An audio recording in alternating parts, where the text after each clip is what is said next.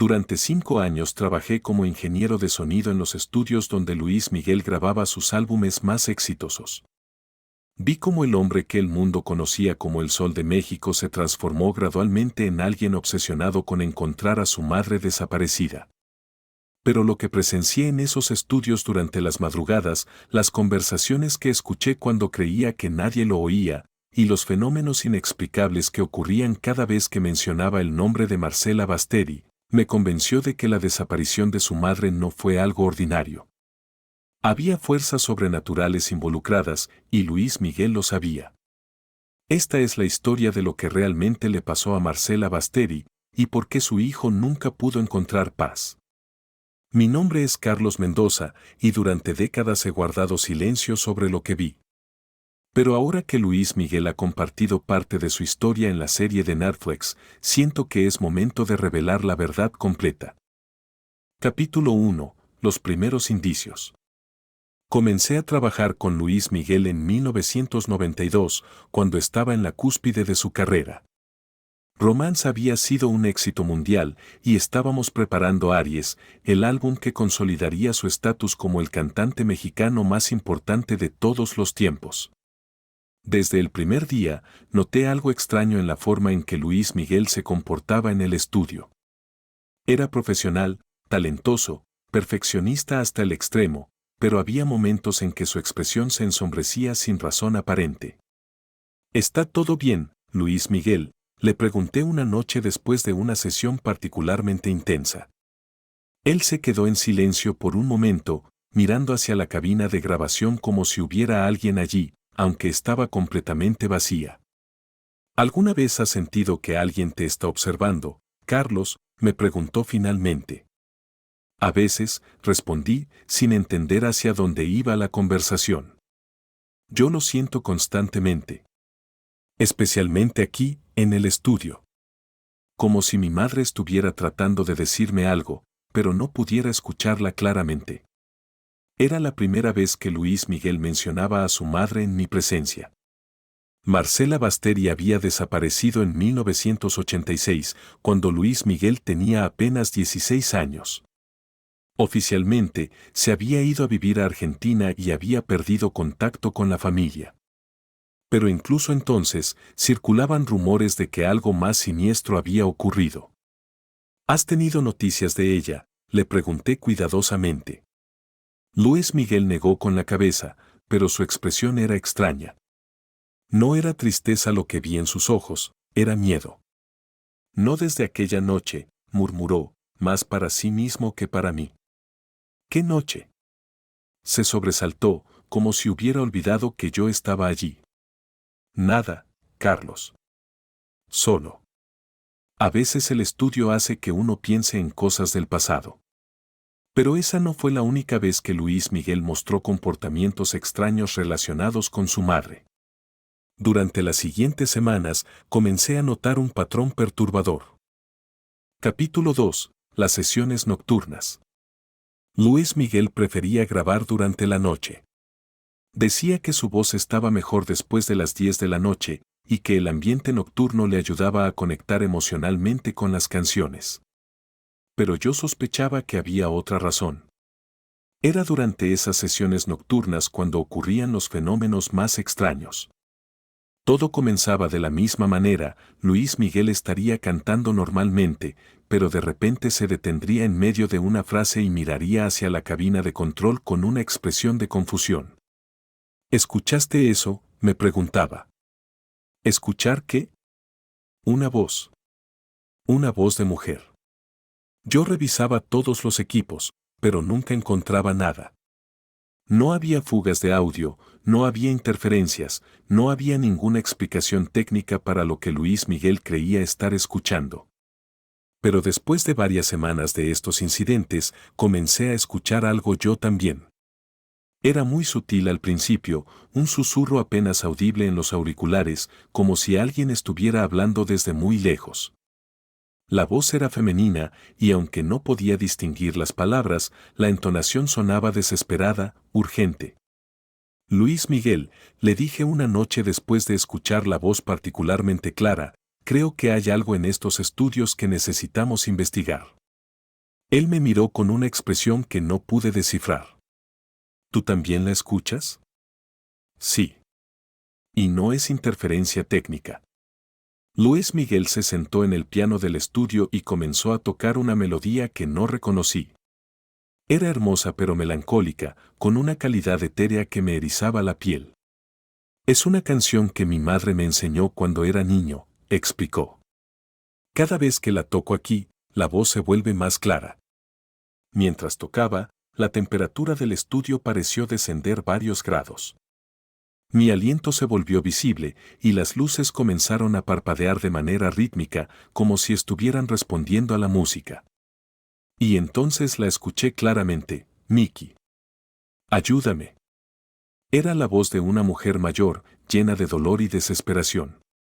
Luis Miguel dejó de tocar abruptamente, pero la voz continuó por unos segundos más antes de desvanecerse en el silencio. Esa es mi madre, susurró Luis Miguel, con lágrimas en los ojos. Está atrapada en algún lugar y está pidiendo ayuda. Capítulo 3. La investigación. A partir de esa noche, Luis Miguel se obsesionó con la idea de que su madre estaba tratando de comunicarse con él desde el más allá. Comenzó a traer medium y espiritistas al estudio, esperando establecer contacto más claro con lo que él creía era el espíritu de Marcela. Carlos, me dijo una semana después, he estado investigando sobre la desaparición de mi madre y he encontrado cosas que no sabía antes.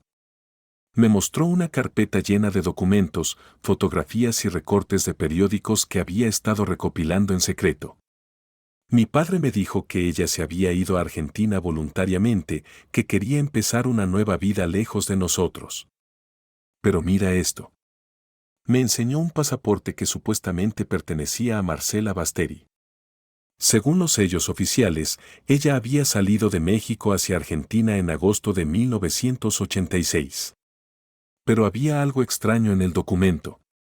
¿Ves la fecha de la foto?, me preguntó Luis Miguel. La fotografía en el pasaporte estaba fechada 3 semanas después de la fecha en que supuestamente Marcela había usado el documento para salir del país. Eso es imposible, murmuré. Exactamente. Alguien falsificó este pasaporte después de que ella desapareciera. Alguien quería hacer que pareciera que se había ido voluntariamente. Luis Miguel también me mostró registros bancarios que había obtenido a través de contactos en Argentina. Según estos documentos, Marcela había estado haciendo retiros de dinero de sus cuentas bancarias durante meses después de su supuesta partida. Pero aquí está lo más perturbador, continuó. Hablé con empleados del banco en Buenos Aires que supuestamente la atendieron. Ninguno de ellos recuerda haberla visto jamás. La evidencia sugería que alguien había estado usando la identidad de Marcela después de su desaparición, probablemente para mantener la ilusión de que estaba viva y viviendo tranquilamente en Argentina. ¿Quién haría algo así?, le pregunté. Alguien que tenía mucho que ganar con su desaparición, respondió Luis Miguel con amargura. Y creo que sé quién es. Capítulo 4. Las revelaciones. Durante las siguientes semanas, Luis Miguel me confió detalles sobre su vida familiar que no había compartido con nadie más. La historia que emergió era mucho más oscura de lo que el público nunca había imaginado.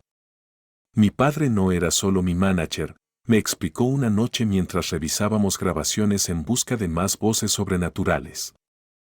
Era controlador, manipulador y estaba dispuesto a hacer cualquier cosa para proteger mi carrera, incluso si eso significaba deshacerse de obstáculos. Según Luis Miguel, Marcela se había opuesto cada vez más a la forma en que Luisito Rey manejaba la carrera de su hijo. Ella quería que Luis Miguel tuviera una infancia más normal, que estudiara, que tuviera tiempo para ser un niño en lugar de una máquina de hacer dinero. Mis padres peleaban constantemente sobre mi futuro, continuó. Mi madre amenazó con llevarnos lejos de México, lejos de mi padre, si él no cambiaba su enfoque. ¿Y qué pasó? Una noche en agosto de 1986, mis padres tuvieron una pelea terrible.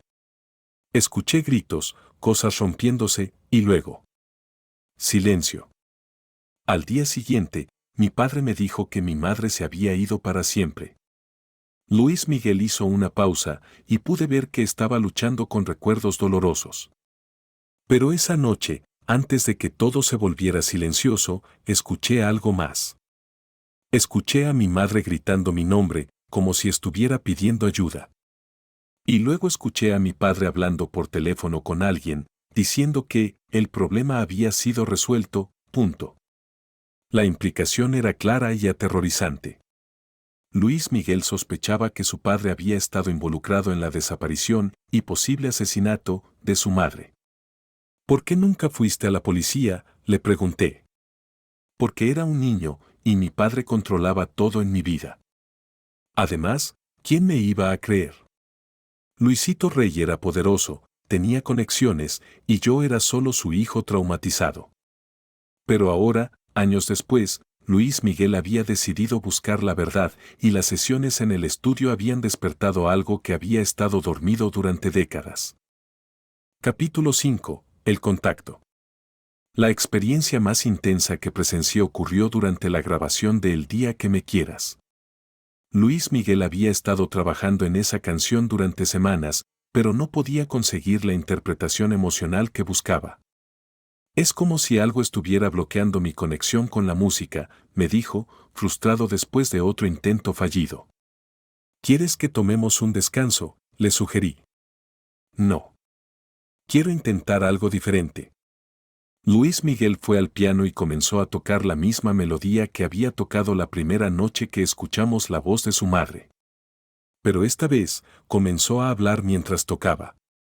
Mamá, si estás aquí, si puedes escucharme, necesito que me ayudes.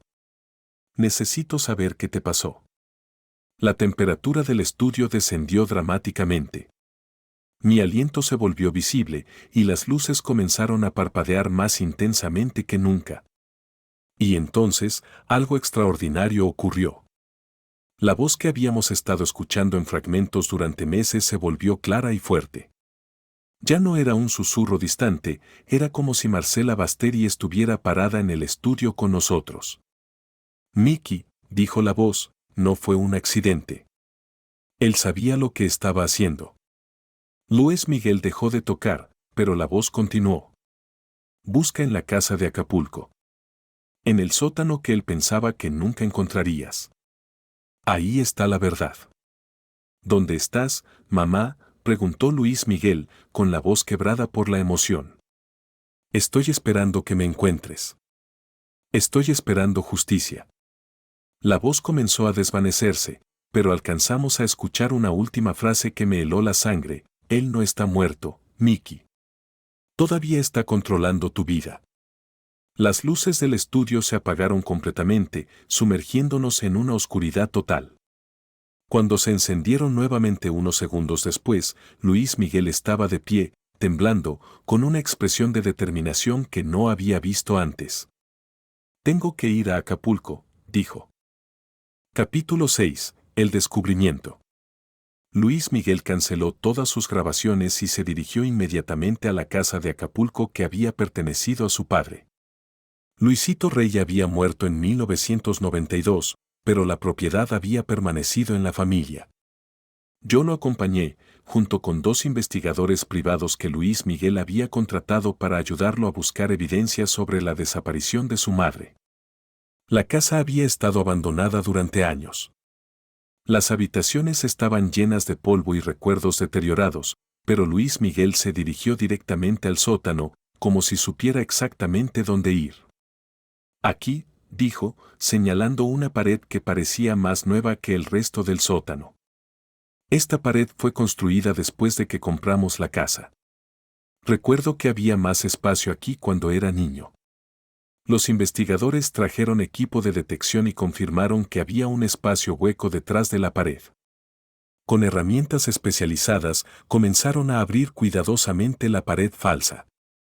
Lo que encontramos detrás cambió todo. Había una habitación pequeña, apenas lo suficientemente grande para una persona. Las paredes estaban cubiertas con fotografías de Marcela, recortes de periódicos sobre su desaparición y lo que parecían ser notas escritas por Luisito Rey. Pero lo más perturbador eran los objetos personales, ropa de Marcela, su pasaporte real, no la falsificación que habían usado para crear la historia de Argentina y un diario que documentaba los últimos días de su vida. Las entradas del diario revelaban que Marcela había descubierto que Luisito Rey estaba robando dinero de las ganancias de Luis Miguel y que había estado involucrado en actividades ilegales que podrían haber destruido la carrera de su hijo. La última entrada, fechada el día antes de su desaparición, decía: «Ya no puedo proteger a Mickey de su padre. Si algo me pasa, espero que algún día él encuentre la verdad». Pero había algo más en esa habitación secreta que nos dejó sin aliento: un altar improvisado con velas, símbolos extraños y lo que parecían ser restos humanos. «Esto es un ritual», murmuró uno de los investigadores. «Algo relacionado con magia negra o brujería». Luis Miguel se acercó al altar y su expresión se volvió de comprensión y horror. «Mi padre creía en estas cosas», dijo en voz baja. «Siempre consultaba brujos y curanderos para su carrera, su dinero, su poder. Pero nunca pensé que llegaría tan lejos». Capítulo 7. La maldición.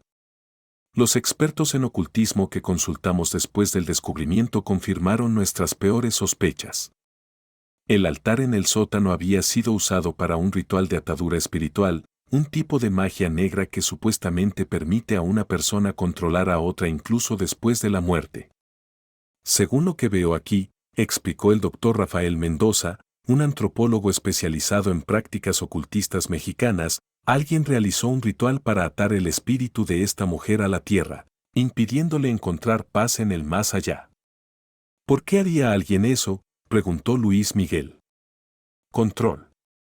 Si el espíritu no puede descansar, tampoco puede interferir con los planes de quien realizó el ritual. Esencialmente, es una forma de silenciar a alguien para siempre». Pero el doctor Mendoza había encontrado algo más en el altar que era igualmente perturbador: evidencia de un segundo ritual, realizado años después. Este segundo ritual fue diseñado para transferir la atadura de una persona a otra, explicó. «Basándome en las fechas y los objetos utilizados, creo que cuando el perpetrador original estaba muriendo, transfirió el control del espíritu atado a otra persona». Luis Miguel palideció. «¿Estás diciendo que alguien más está controlando el espíritu de mi madre?». «Es posible. Y esa persona podría estar usando esa conexión espiritual para influenciar o manipular a otros miembros de la familia». Eso explicaría por qué Luis Miguel había sentido una presencia constante durante toda su vida adulta, por qué había tenido problemas para mantener relaciones duraderas, y por qué nunca había podido encontrar paz emocional a pesar de su éxito profesional. Alguien estaba usando el espíritu atrapado de su madre como una forma de control psicológico, manteniéndolo en un estado constante de dolor emocional y búsqueda desesperada. Capítulo 8. La liberación. Determinar quién había heredado el control del ritual de Luisito Rey no fue difícil. Solo había una persona en la vida de Luis Miguel que había mantenido influencia constante sobre él durante décadas, que conocía íntimamente los secretos de la familia, y que tenía motivos para mantenerlo emocionalmente dependiente. Su manager de toda la vida, quien había tomado el lugar de su padre después de la muerte de Luisito Rey. «Tiene sentido», dijo Luis Miguel cuando compartimos nuestras sospechas. «Siempre ha sabido exactamente cómo manipular mis emociones, cómo mantenerme enfocado en el trabajo cuando todo lo que quería era encontrar a mi madre. Y nunca ha querido que investigue demasiado profundamente sobre su desaparición». El doctor Mendoza nos explicó que para romper la atadura espiritual, necesitaríamos realizar un contrarritual que liberara el espíritu de Marcela y cortara la conexión que la mantenía atrapada. «Pero hay riesgos», nos advirtió. «La persona que controla el ritual puede sentir cuando alguien está tratando de interferir. Y si esa persona tiene conocimientos profundos de estas prácticas, podría responder agresivamente». Luis Miguel no dudó. «No me importa el riesgo.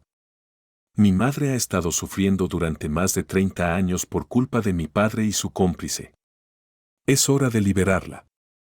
La ceremonia de liberación se realizó en el mismo estudio donde habíamos escuchado por primera vez la voz de Marcela.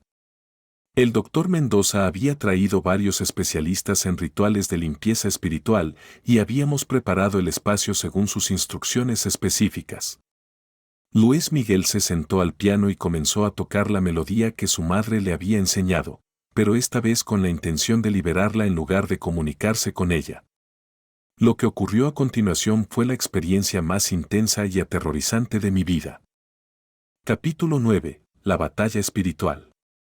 En el momento en que Luis Miguel comenzó a tocar, la temperatura del estudio descendió hasta el punto de que nuestro aliento se volvió visible como vapor espeso. Las luces no solo parpadearon, se movieron, creando patrones de luz y sombra que parecían tener vida propia. Y entonces escuchamos las voces. No solo la voz de Marcela, sino múltiples voces superpuestas, como si hubiera una multitud de espíritus atrapados en el estudio. Algunas sonaban desesperadas, otras enojadas y algunas francamente malévolas. «Él no te dejará ir», dijo una voz masculina que reconocí como la de Luisito Rey. «Te pertenezco ahora, igual que ella me pertenece a mí». «No», gritó la voz de Marcela, más fuerte y clara que nunca. «Miki, no los dejes ganarte».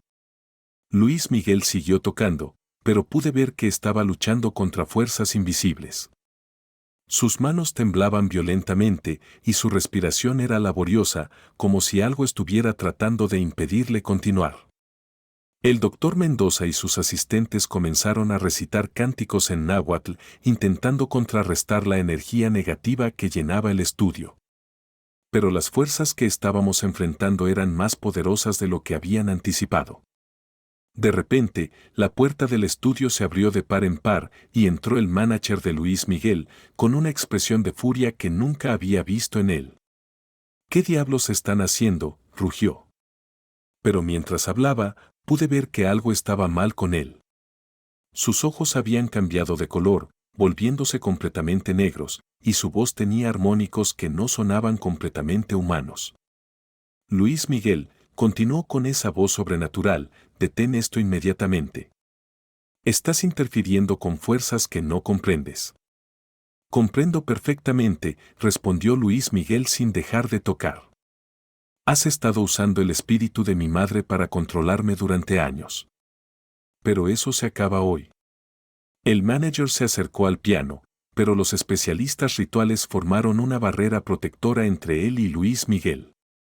«No puedes liberar lo que no te pertenece», siseó el manager. «Su espíritu está atado a mí por contratos que van más allá de la muerte». «Entonces romperé esos contratos», declaró Luis Miguel y comenzó a cantar junto con la música que estaba tocando.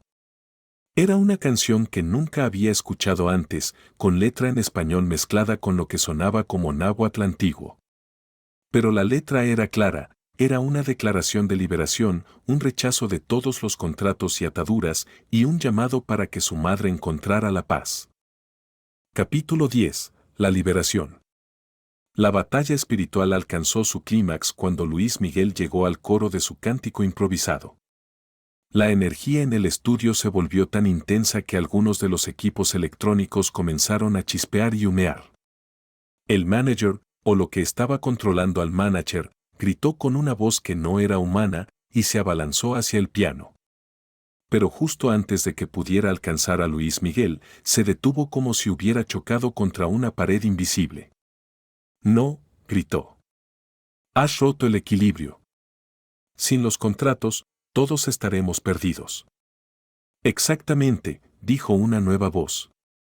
Era Marcela, pero esta vez no sonaba atrapada o desesperada.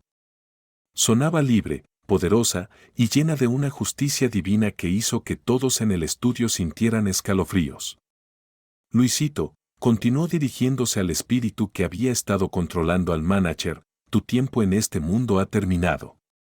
Ya no puedes lastimar a nuestro hijo». La figura del manager comenzó a convulsionarse, como si dos fuerzas estuvieran luchando por el control de su cuerpo. Luego, de repente, se desplomó en el suelo, inconsciente pero respirando normalmente. La voz de Marcela se dirigió ahora a Luis Miguel. «Mijo, gracias por liberarme. Ahora puedo descansar en paz, sabiendo que ya no pueden usarme para lastimarte. ¿Te irás para siempre?, preguntó Luis Miguel, con lágrimas corriendo por su rostro. Mi amor siempre estará contigo, pero mi espíritu necesita seguir adelante. Ya no tienes que buscarme más, ahora sabes que te amé lo suficiente como para luchar por tu libertad incluso después de la muerte. La presencia de Marcela se desvaneció gradualmente, pero no de manera dolorosa o abrupta. Fue como un abrazo que se suelta lentamente, lleno de amor y paz. Las luces del estudio se estabilizaron, la temperatura volvió a la normalidad y el manager recuperó la conciencia, pareciendo completamente confundido sobre dónde estaba y qué había estado pasando. Capítulo 11. Las consecuencias. En los días que siguieron a la ceremonia de liberación, Luis Miguel experimentó cambios profundos que fueron inmediatamente evidentes para todos los que trabajábamos con él. Por primera vez en décadas, parecía genuinamente en paz. La tensión constante que había caracterizado su presencia durante años se había desvanecido, reemplazada por una serenidad que nunca había visto en él. Es como si hubiera estado cargando un peso invisible durante toda mi vida adulta y finalmente me lo hubieran quitado, me explicó durante nuestra primera sesión de grabación después del ritual. Su manager, quien aparentemente no tenía memoria de haber sido poseído por el espíritu de Luisito Rey, renunció abruptamente a su posición, diciendo que sentía que era tiempo de buscar nuevos desafíos. Luis Miguel no trató de disuadirlo. Pero los cambios más significativos fueron en la música de Luis Miguel. Las canciones que grabó después de la liberación tenían una profundidad emocional y una autenticidad que habían estado ausentes durante años. Era como si finalmente pudiera acceder a sus propios sentimientos sin la interferencia de fuerzas externas. También comenzó a hablar más abiertamente sobre su madre, ya no con la desesperación de alguien que busca respuestas, sino con el amor y la nostalgia de alguien que ha encontrado paz con el pasado. Ahora entiendo que mi madre nunca me abandonó, me dijo. Todo este tiempo, ella estaba tratando de protegerme, incluso desde el más allá. Capítulo 12. La verdad revelada. Con la ayuda de los investigadores privados y la evidencia que habíamos encontrado en Acapulco, Luis Miguel finalmente pudo armar la historia completa de lo que le había pasado a su madre. Marcela Basteri había descubierto que Luisito Rey había estado robando dinero de las ganancias de Luis Miguel y había estado involucrado en lavado de dinero para organizaciones criminales. Cuando ella amenazó con exponer estos crímenes y llevarse a Luis Miguel lejos de México, Luisito Rey decidió que ella representaba una amenaza que debía ser eliminada. La noche de su desaparición, Luisito Rey había drogado a Marcela y la había llevado a la casa de Acapulco, donde un brujo contratado por él realizó un ritual que no solo terminó con su vida, sino que ató su espíritu a la tierra para evitar que interfiriera con sus planes. Los documentos falsos y las transacciones bancarias en Argentina habían sido parte de una operación elaborada para crear la ilusión de que Marcela estaba viva y había elegido abandonar a su familia. Cuando Luisito Rey comenzó a morir de cáncer en 1992, transfirió el control del espíritu atado de Marcela a su cómplice de confianza, el manager que había estado manipulando a Luis Miguel durante décadas. Por eso nunca pude encontrar paz, me explicó Luis Miguel. Cada vez que comenzaba a sanar emocionalmente, sentía esta presencia que me recordaba el dolor y la pérdida. No era solo duelo, era manipulación sobrenatural diseñada para mantenerme vulnerable y dependiente. Epílogo: la paz encontrada. Han pasado 5 años desde la liberación del espíritu de Marcela Basteri, y los cambios en la vida de Luis Miguel han sido profundos y duraderos. Ha encontrado estabilidad en sus relaciones personales, algo que había sido imposible mientras estaba bajo la influencia de las fuerzas sobrenaturales que lo habían estado manipulando.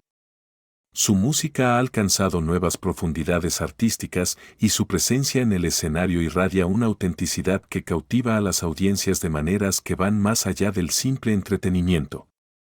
Más importante aún, ha encontrado la capacidad de hablar sobre su madre sin dolor, recordándola con amor en lugar de obsesionarse con su pérdida. Ahora entiendo que mi madre cumplió su propósito más importante, me dijo recientemente. Ella me protegió, incluso después de la muerte, hasta que fui lo suficientemente fuerte para protegerme a mí mismo. La historia de Marcela Basteri no es solo la tragedia de una mujer que fue víctima de la ambición y la avaricia de su esposo. Es también la historia de un amor maternal que fue tan fuerte que persistió más allá de la muerte, luchando durante décadas para liberar a su hijo de las mismas fuerzas que la habían destruido a ella. Luis Miguel ha decidido compartir parte de esta historia en su serie biográfica, aunque obviamente no los elementos sobrenaturales. Pero para aquellos de nosotros que estuvimos allí, que presenciamos la batalla espiritual y la liberación final, sabemos que la verdad completa es mucho más extraordinaria y poderosa de lo que cualquier drama televisivo podría mostrar. El Sol de México finalmente brilla con su propia luz, libre de las sombras que habían estado eclipsando su alma durante más de 30 años. Y yo, Carlos Mendoza, continúo trabajando en la industria musical, pero ahora con una comprensión mucho más profunda de las fuerzas que pueden influir en las vidas de los artistas. He aprendido a reconocer las señales de manipulación sobrenatural, y cuando es posible, trato de ayudar a otros músicos que pueden estar experimentando fenómenos similares. Porque la historia de Luis Miguel y Marcela Basteri no es única. En una industria donde la fama y el éxito a menudo vienen acompañados de sacrificios extraordinarios, hay más casos de lo que la gente imagina donde las fuerzas sobrenaturales juegan un papel en el ascenso y la caída de las estrellas. Pero también he aprendido que el amor verdadero, especialmente el amor entre una madre y su hijo, es más poderoso que cualquier magia negra o manipulación espiritual. Marcela Basteri luchó durante décadas para proteger a su hijo, incluso después de la muerte. Y al final, ese amor prevaleció sobre todas las fuerzas oscuras que habían tratado de destruir a su familia. Luis Miguel ha encontrado la paz que le había sido negada durante toda su vida adulta. Y en algún lugar del más allá, su madre finalmente puede descansar, sabiendo que su hijo está libre. La verdad sobre la desaparición de Marcela Basteri es más extraordinaria y más terrible de lo que el público jamás sabrá. Pero también es una historia de triunfo del amor sobre el mal, de la luz sobre la oscuridad y de la justicia que finalmente prevalece, incluso cuando tiene que venir del más allá. Esta es mi testimonio de lo que realmente le pasó a la madre de Luis Miguel y porque el hombre que el mundo conoce como el Sol de México finalmente pudo encontrar la paz después de décadas de búsqueda y dolor. Algunas historias son demasiado extraordinarias para ser creídas. Pero eso no las hace menos verdaderas.